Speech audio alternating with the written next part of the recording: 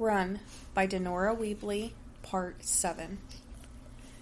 As I clambered back to the pod, I suddenly heard footsteps from afar. I froze. The hall was absolutely empty and a total straight shot. There was nowhere for me to censor myself. The only thing I could count on was the darkness and my span. I thought about running back to the hidden room, but I knew how important it was to the remnant, and I didn't want to risk being discovered trying to enter its unrevealed grate. Then again, why should I care? It's not like they cared about ruining my life. Tap, tap, tap, tap. The footsteps were getting louder. Shoot. Think, Z-24, think! I thought harshly to myself. Unsure of what to do, instinct kicked in and took over, and my body led the charge to defend myself. I promptly ducked down low and crawled slowly toward the wall, hoping that the shadows would keep me unnoticed. Of course, in my haste and poor luck, I hadn't noticed the dry bit of leaves near the wall and floor's edge, and they gave a slight rustle. Tap, tap, tap, tap, tap, tap. The footsteps slowed to a halt. Shoot, I thought to myself. I'm so stupid. Why couldn't I have been quieter? I held my breath and closed my eyes, bracing for the moment I was going to be inevitably detected. Hello? A familiar voice echoed. Is anyone there? I slowly opened my tightly shut eyes to see if I could make out just how close the person was to me. Wait, I recognize her, I thought to myself. It was that watcher I saw earlier. Allison. Great. Of all the people I could have gotten busted by, why her? I closed my eyes again and did what seemed like, at the time, the most ridiculous and irrational thing. God, if you're real and you really do love me and are as powerful as A.R. and Bell said, I could really use your help right now. What are you doing down here, Allison? Gramps.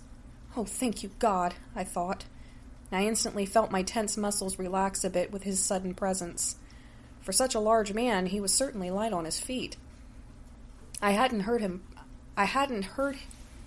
approach. Gramps glanced over at me quickly and nodded as if to tell me to stay put. He walked on ahead and kept Allison's attention on him. I could ask the same of you, Allison said back snidely, with a hint of nervous anxiety. Why does she sound so worried? I conceived. The curiosity in me exceeded my own worries now. What in blasted bunker is she up to? By the look of Gramps' confident and unsurprised expression, he seemed to already know what she was up to. I could have you terminated for this, you know. You know you're on your last leg with the superiors, she shot at him nastily. You could, he grinned. But then you'd have to explain why you were down here also. I imagine the superior wouldn't be pleased to know about a plot to usurp his selected service. What? Allison was plotting against the superior? That's punishable by death, I thought to myself.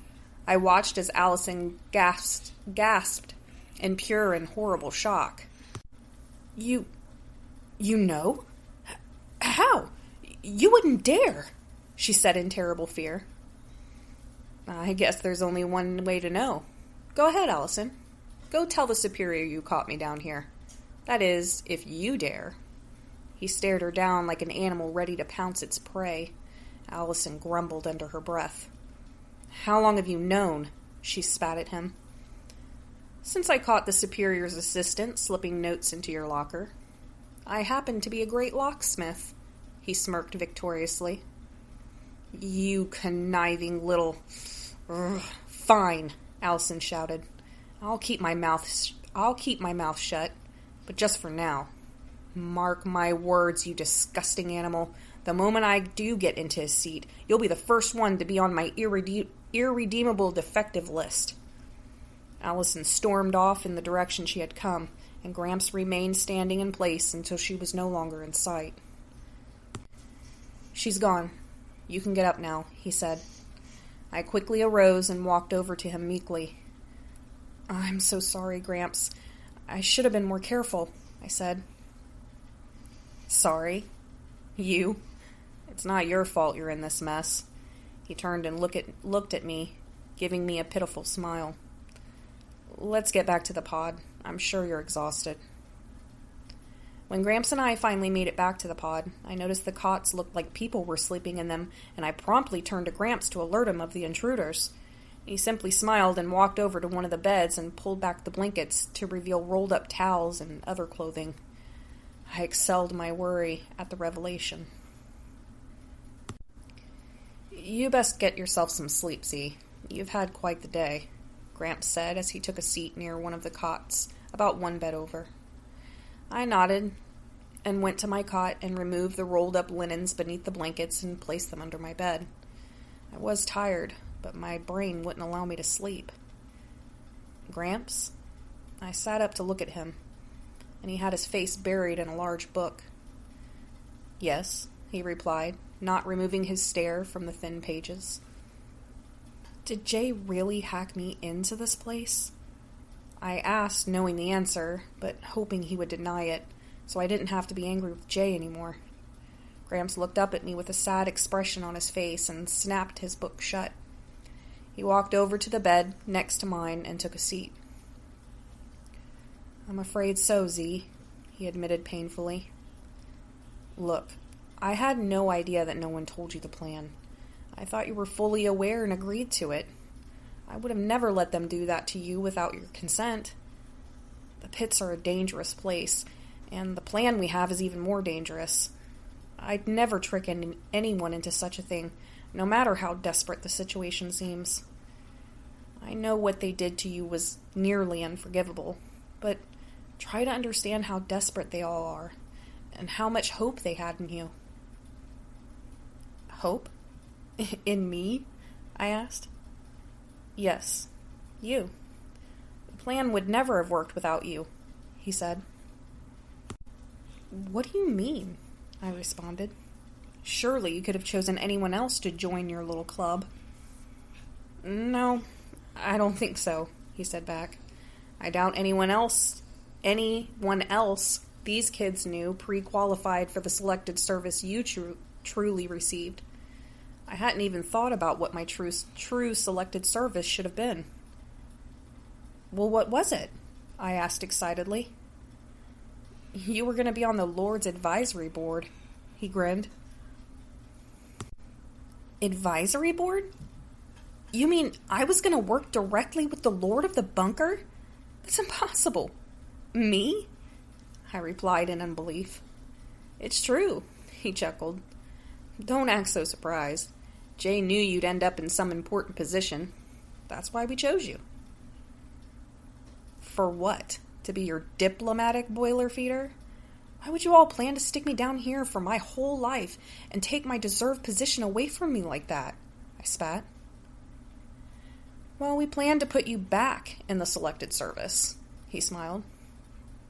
What? Now I was completely confused.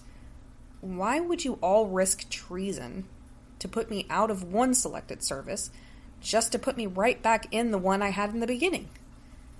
Well, we needed you to be able to be here to report to us and there to find out what was going on in the main.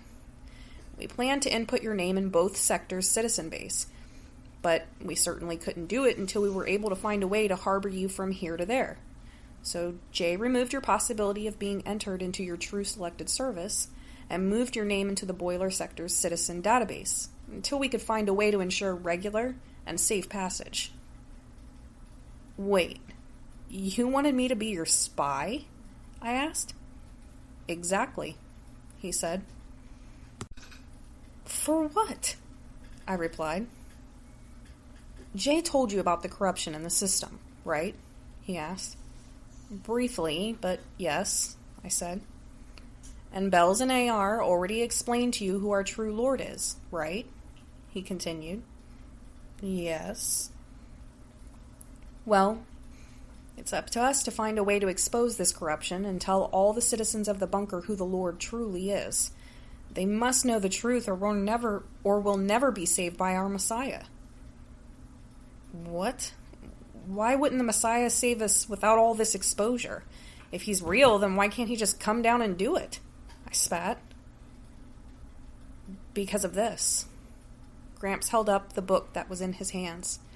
It was a worn-out and floppy-looking thing with embossed letters painted in severely faded gold-like paint that read, Holy Bible. He opened it up and began to read a passage from within it.